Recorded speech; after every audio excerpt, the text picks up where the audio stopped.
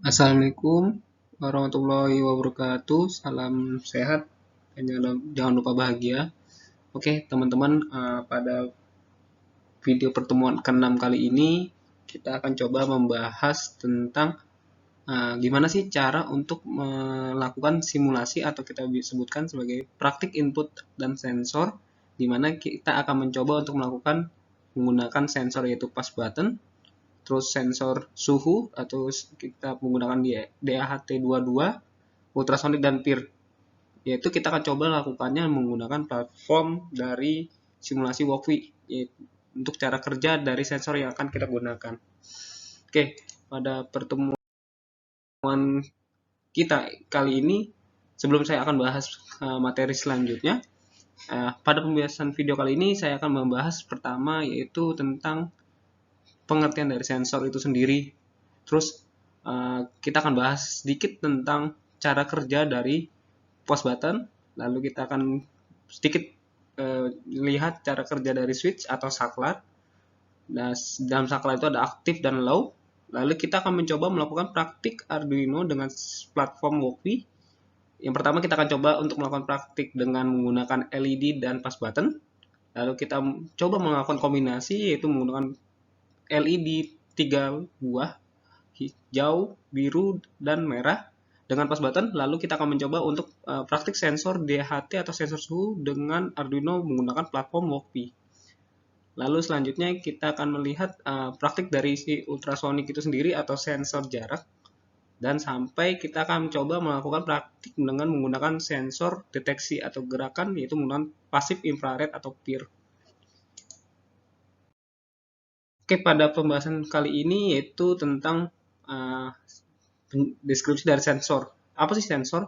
Yaitu sensor adalah perangkat yang digunakan untuk mendeteksi perubahan besaran fisik seperti tekanan gaya, besaran listrik, cahaya, atau kelembapan yang dimana ada perubahan dari fenomena-fenomena lingkungan lainnya. Jadi macam-macam nih, entah itu dari tadi saya sebutkan yaitu gerakan, cahaya, kelembapan, suhu, tekanan, gaya, dan lain-lain yang akan mendeteksi perubahan fisik itu sendiri. Contohnya kalau di gambar ini adalah fenomena untuk tekanan untuk kecepatan atau mungkin perubahan suhu atau semacamnya.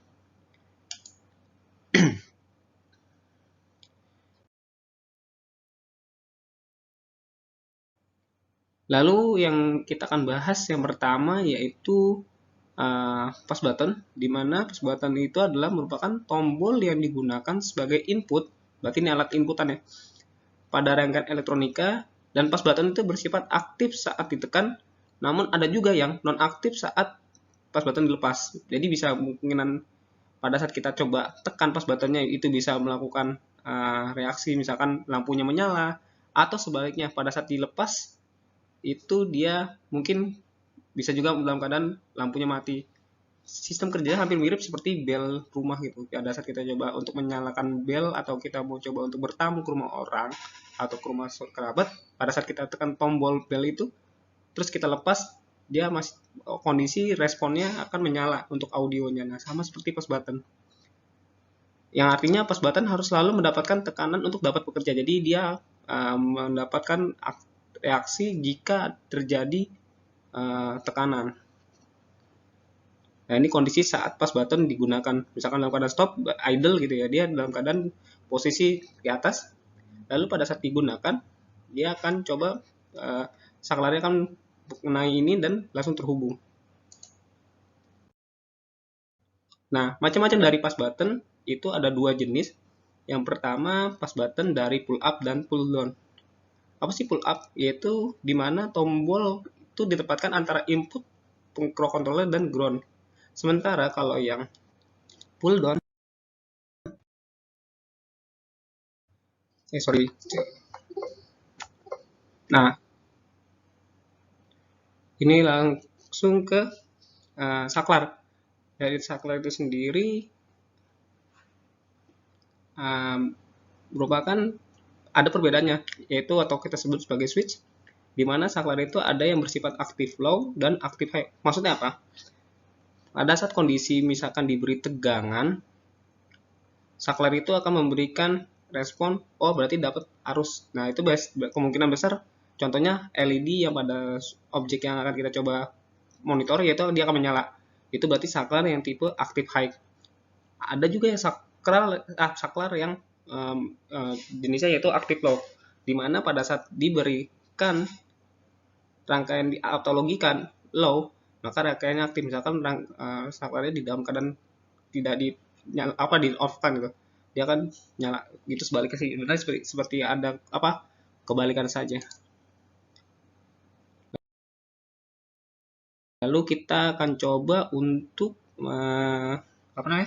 menggunakan platform simulasi yang sudah disebutkan di video sebelumnya, yaitu kita pernah bahas tentang platform Tinkercad dan platform Walkly. Jadi masing-masing memiliki kelebihan dan kekurangan masing-masing. Jadi balik lagi kebutuhan teman-teman itu lebih nyaman atau lebih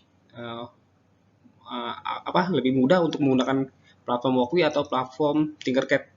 Nah, di sini saya coba akan menggunakan platform dari Walkly itu sendiri. Walkly dapat digunakan sebagai simulasi untuk kita mencoba melakukan trial ke rangkaian elektronika kita yang akan kita bangun sebelum kita terapkan atau kita implementasikan di perangkat aslinya. Nah, di Walkly itu sendiri dia mendukung beberapa electronic development board. Contohnya kayak Arduino, ESP32, Raspberry, sampai Node MCU. Jadi kita tinggal sesuaikan saja kebutuhan kita untuk kontrolernya menggunakan apa. Nah, ini adalah kelebihan Walkly. Teman-teman bisa searching di Google. Jadi saya tidak mendukung Walkly atau mendukung Tinkercad. Jadi teman-teman saya balikin lagi ke teman-teman, untuk platform yang digunakan itu masing-masing memiliki kelebihan dan kekurangannya. Nah, ini contohnya adalah kelebihan dari platform Walkly. Oke, kita akan coba untuk memulai dengan platform itu Walkly itu sendiri. Pertama, teman-teman login menggunakan akun email teman-teman. Lalu setelah teman-teman register atau login di akun email teman-teman, nanti teman-teman tinggal klik new and project dan pilih project baru untuk Arduino-nya.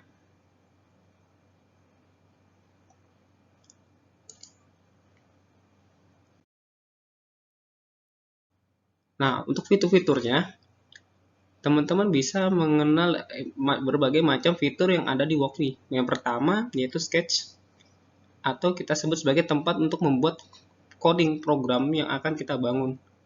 Contohnya di sini untuk perintah atau instruksi untuk mencoba membuat kode programnya. Misalkan pakai Arduino, ya berarti bahasa C kita gunakan di sini. Terus, nah ini sketch.ino untuk extensionnya. Lalu di sebelah kanannya ada diagram.json. Apa sih diagram.json? Yaitu kalau di web itu namanya CSS. Jadi kita bisa membuat tampilannya itu semenarik mungkin, atau kita bikin topologinya sesuai dengan kebutuhannya. Nah, diagram JSON inilah yang akan membuat atau mengubah rangkaian elektronika yang akan kita buat tampilannya lebih ke tampilan. Lalu sebelahnya yaitu library manager, di mana kita bisa menambahkan library baik dari Walkly atau dari luar. Contoh, misalkan teman-teman ingin menambahkan sensor DHT22, sedangkan DHT22 itu adalah di luar dari komponen board atau electronic development board-nya, misalkan Arduino. Berarti kalau kita ingin menambahkan DHT22, kita tinggal menambahkan library manager, misalkan DHT22 atau ada Fruit misalkan seperti itu. Atau kita mencoba untuk mengintegrasikan dengan platform lain. Contohnya kayak mau coba connect ke Blink atau ThingsBoard atau ThingsPeak. Nah, teman-teman tinggal menggunakan library manajernya untuk mendapatkan library yang dari Walkly atau dari luar itu sendiri. Lalu di sini ada pilihan option, yaitu menggunakan fitur lain seperti rename, delete, dan lain-lain. Nah, ini contohnya yang tanda segitiga bawah. Save biasa untuk menyimpan program, share untuk membagikan project.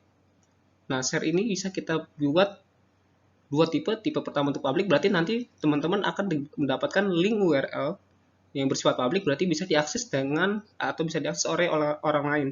Dan ada satu lagi privat, yaitu kita cuma bisa membatasi siapa saja yang bisa melakukan akses untuk coding yang kita buat.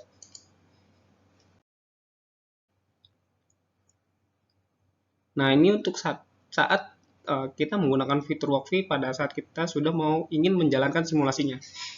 Yaitu ada tombol start, tombol yang warna ini, yang segitiga, untuk memulai simulasi, terus add, untuk menambah komponen, misalkan tambah sensor atau tambah LED dan lain-lain. Option yang titik 3 ini untuk melakukan fitur lain seperti zoom, full screen dan lain-lain. Simulation workspace, tempat simulasi ini adalah tempat simulasinya. Serial monitor itu posisi ada di bawah untuk menampilkan komunikasi pada serial board. Oke, kita mulai saja untuk simulasinya. Yang pertama kita coba buka dulu untuk platform simulasinya menggunakan Walkme. Di sini saya coba akan membuka Walkme-nya langsung. Lalu langkah pertama yaitu kita memilih komponen apa saja yang akan kita gunakan. Yang pertama yaitu LED, satu buah resistor dan satu buah push button. Nah, untuk rangkaian atau mungkin wiring diagramnya seperti gambar di samping ini ya. Jadi di sini kita akan menggunakan satu LED dengan satu resistor yang ukurannya sekitar, kalau saya gunakan ini adalah ukurannya 470 ohm. Lalu kita menggunakan push button satu buah unit dan Arduino Uno. Dan ini adalah diagram wiringnya. Saya langsung simulasikan. Saya buka Walkme saya. Di sini teman-teman harus login terlebih dahulu menggunakan akun email teman-teman. Lalu kita buat project baru. Di sini saya akan buat my project. Klik my project. Lalu ketik new project. Setelah new project, teman-teman memilih untuk development board yang akan digunakan. Contoh di sini kita akan gunakan untuk Arduino Uno Rev 3. Nah, teman-teman bebas sih kalau sesuai kebutuhan teman-teman. Kalau memang teman-teman ingin menggunakan ESP32 varian atau Arduino atau Raspberry Pi dan lain-lain, teman-teman disesuaikan saja kebutuhannya. Nah, untuk dalam video kali ini kita coba akan buat untuk menggunakan Arduino Uno R3. Kita klik Arduino Uno R3-nya. Nah, di sini kita akan ditampilkan dua tampilan halaman yang berbeda. Yang sebelah kiri saya ini yaitu tampilan untuk sketch.ino atau mungkin yang tadi saya sebutkan sebelum di sesi sebelumnya. Ini saya hapus saja. Yang langkah pertama yaitu kita coba pertama kita coba untuk membuat menambahkan untuk komponennya. Ini LED1, lalu kita tambahkan lagi push button. Oke, lalu kita tambahkan lagi resistornya 470 ohm. Oke, ini langkah awal kita coba untuk membangun topologinya, yaitu LED nya kita pasang sini. Ini resistornya terbalik. Oke, biar memudahkan. Ini kita hubungkan resistor ini ke sini, lalu katodenya kita larikan ke grounding dengan warna hitam. Ini dengan warna hitam. Lalu katodenya ini kita set ke warna merah di poin 13. Oke, untuk push buttonnya ini kita set di sebelah sini, misalkan anggaplah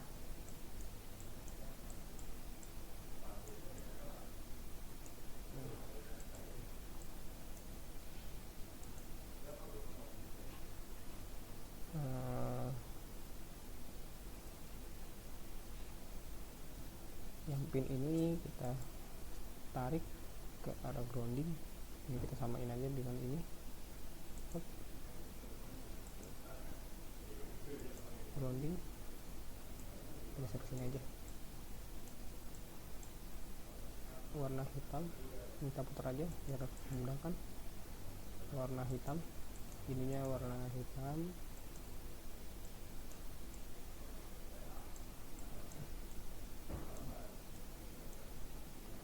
Oke, yang satu lagi pin ini kita beri di poin nomor 2.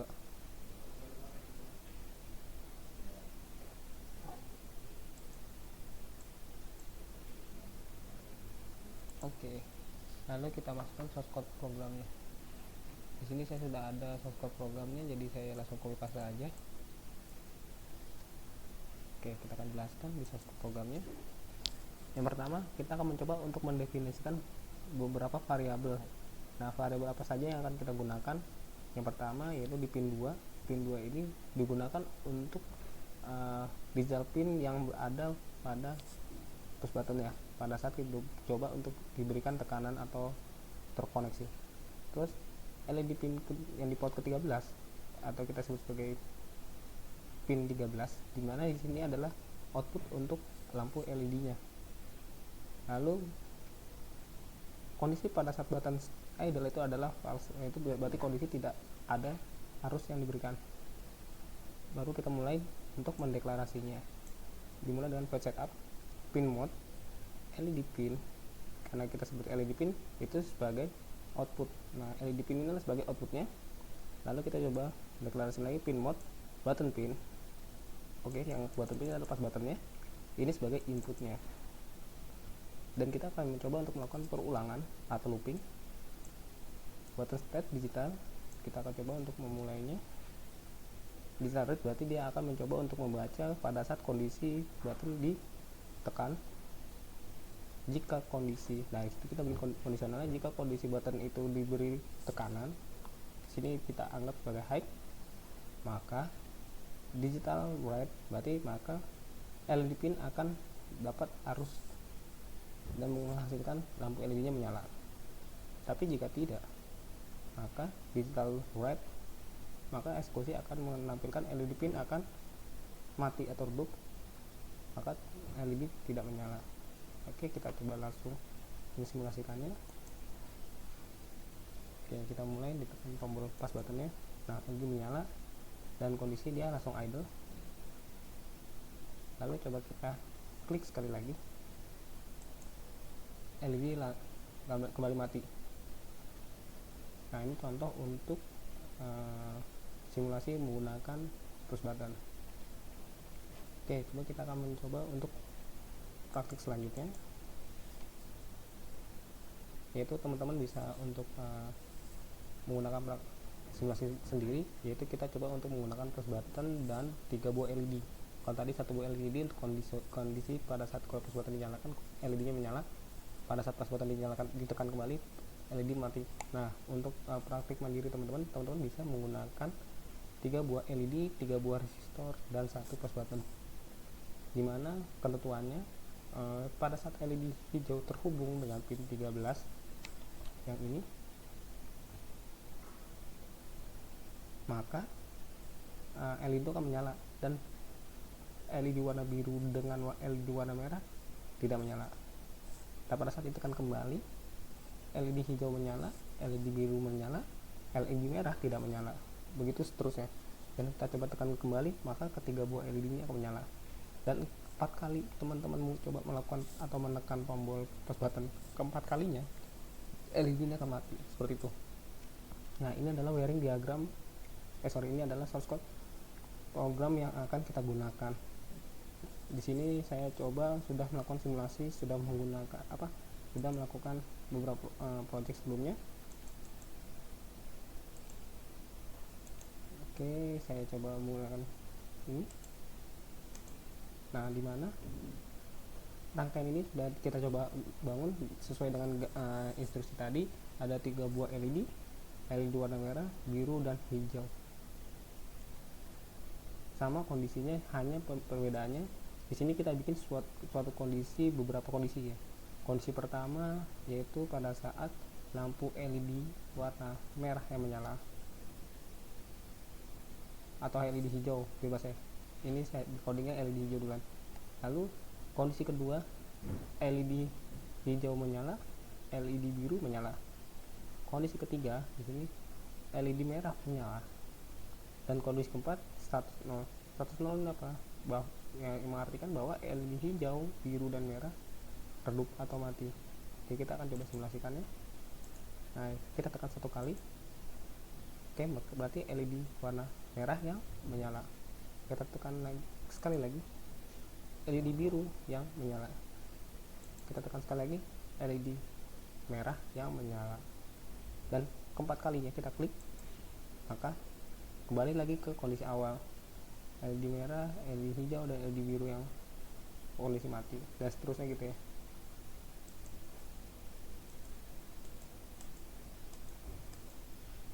Oke, selanjutnya kita akan coba untuk simulasikan. Ya, ini kondisinya. Coba kita akan coba untuk mempraktikkan sensor DHT, sensor suhu dengan Walkwi. Oke, kita coba buat project baru lagi. Kita ke main project lagi, lalu kita klik new project, lalu kita coba untuk pilih board Arduino nya. Sorry, ini kita hapus. Softcode nya sudah saya sediakan, saya copy paste saja langsung. Oke, lalu kita tambahkan komponen yang diperlukan, yaitu kita menggunakan DHT22, dimana DHT22 di sini. Nah, di pin DHT22 ini ada 4 pin, yang dimana di sini ada VCC, yaitu arus yang diberikan. SDA ini adalah data yang dikirimkan dan diterima. NC ini saya belum pernah gunakan, tapi jarang digunakan. Dan grounding adalah untuk titik 0 dari sensornya. Yang pertama kita bangun wiring diagramnya. VCC ini kita tarik ke arah 5 volt. SDA ini karena di sini pin menggunakan pin 2, jadi kita ubah ke pin 2.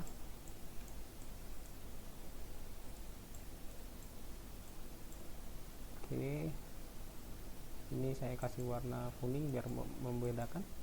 Lalu grounding ini kita kasih pin grounding di sini, atau di sini juga bebas. Kita kasih warna hitam.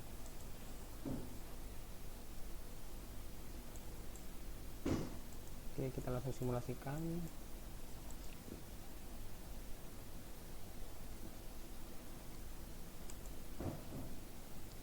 Nah, di sini ada fatal error. Kenapa fatal error? Karena si Walkwi ini menganggap dia belum bisa melakukan komunikasi antar sensornya, dikarenakan belum mengenal sensor yang dimaksud.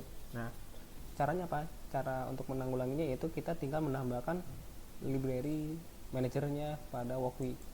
Karena kita menggunakan DHT22, jadi kita tambahkan dulu untuk library manager ya. Caranya teman-teman tinggal klik library manager, lalu klik tanda add a new library manager. Teman-teman ketik DHT22 atau DHT saja. Nah, kenapa saya sebutkan kita untuk menambahkan project library-nya di sini? Dikarenakan si sensor ini membutuhkan komunikasi antar si Arduino dengan si sensor, tapi tidak bisa melakukan komunikasi kalau tidak ada kernelnya atau tidak ada firmware-nya. Makanya ditambahkanlah library-nya, sama seperti di Arduino IDE. Jadi teman-teman wajib untuk menambahkan library yang ada pada sensor yang dimaksud, entah itu sensor suhu, entah itu motor brushless atau motor servo dan lain-lain. Itu wajib untuk menambahkan. Atau mungkin teman-teman ingin mengintegrasikan platform lain, misalkan kayak ThinkSpeak atau ThinkSboard dan lain-lain, tinggal teman-teman tambahkan saja ThinkSpeak atau ThinkSboard, atau Blink pun juga harus ditambahkan. Blink. Nah, ini dia. Kalau teman-teman ingin menggunakan atau mau coba untuk integrasikan dengan Blink, berarti teman-teman harus menambahkan library Blink. Kalau misalkan teman-teman ingin menambahkan ThinkSpeak atau ThinkSboard, teman-teman tinggal menambahkan library ThinkSboard dan ThinkSpeak. Oke, kita kembali lagi, kita tambahkan DHT22. Nah, di DHT ini teman-teman bisa menyesuaikan sensor apa yang digunakan. Contoh, kalau di sini karena kita menggunakan DHT22, jadi kita bisa tambahkan DHT22 atau lebih umum. Tapi dengan catatan, kalau kita menggunakan Arduino, ya udah kita menggunakan DHT sensor library. Kalau misalkan teman-teman menggunakan board untuk ESP, kenapa ada perbedaan sedikit padahal sebenarnya sama-sama menggunakan DHT22? Teman-teman wajib menggunakan DHT ESP X ini. Kenapa? Karena di situ ada komunikasi pengiriman datanya berupa WiFi atau Bluetooth. Nah, ini teman-teman, di sini kita menggunakan Arduino Uno, jadi kita hanya cukup menambahkan DHT sensor library. Jadi ini lebih general sih. Oke, setelah kita tambahkan di library manajernya, maka di diagram desainnya pun juga akan ada perubahan. Dan library text-nya sudah ditambahkan. Oke, kita kembali lagi, lalu kita coba untuk melakukan simulasi. Nah, dia akan menampilkan DHT text berarti berhasil. Gimana kalau misalkan teman-teman lupa atau mungkin terbalik pemasangan kondisi wiringnya? Nah, biasanya kalau di sini kan makanya diberikan notifikasi bahwa failed to read from DHT sensor. Nah, contoh kita coba simulasikan kalau misalkan teman-teman salah memasang wiring diagramnya. Nah, ini SDA ini saya coba tambahkan di pin selain angka 2 ya, karena kita setkan angka 2. Atau mungkin di sini DHT 2 kita tetap ya. Tapi di sini kita deklarasi atau mendetailkan bahwa pin yang digunakan sama si sensor itu menggunakan pin selain angka 2, misalkan angka 4, maka dia akan muncul error detect pada serial monitornya. Ini kita coba compile project.